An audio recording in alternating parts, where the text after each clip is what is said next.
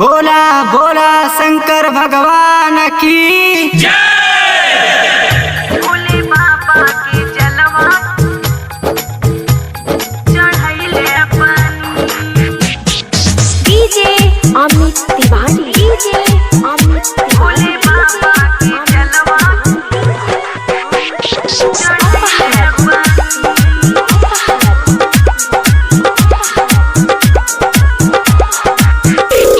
देवघर में भौजी कब गईले रहू की ना, देवघर में भौजी कब गईले रहू की ना, भोले बाबा के जलवा चढ़ैले रहू की ना।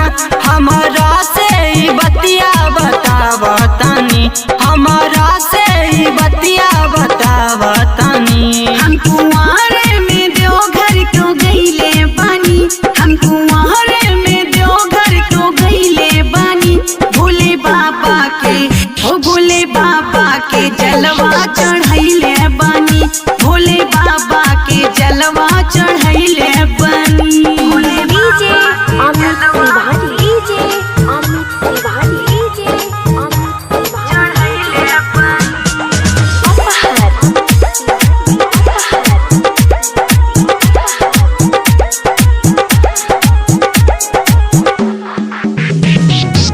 नैहर से अपना कइले रही देवरू हो जब हम रहली कुआर।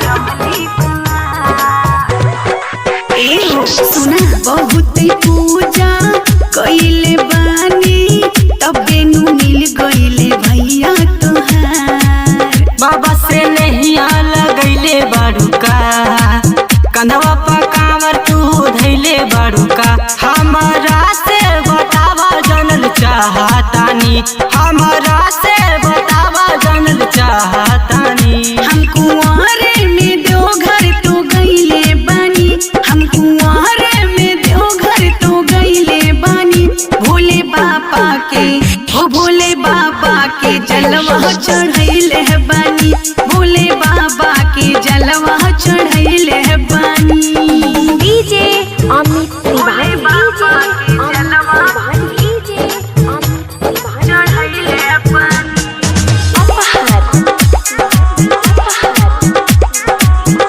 भोले बाबा के जलवा चढ़ैले बानी।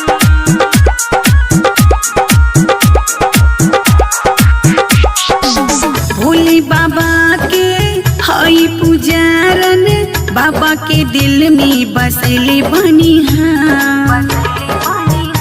हे देवरू सुना हो तू बसाला चंदन सतीश हो, भोले बाबा का भोगी है नगान। फौजी हो माना हमारे गो बात, एक बेरी चाला तू सागर के साथ।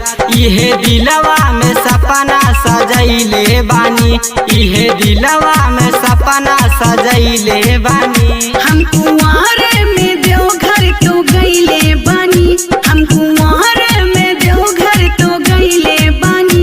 भोले बाबा के हो भोले बाबा के जलवा चढ़ैले बानी।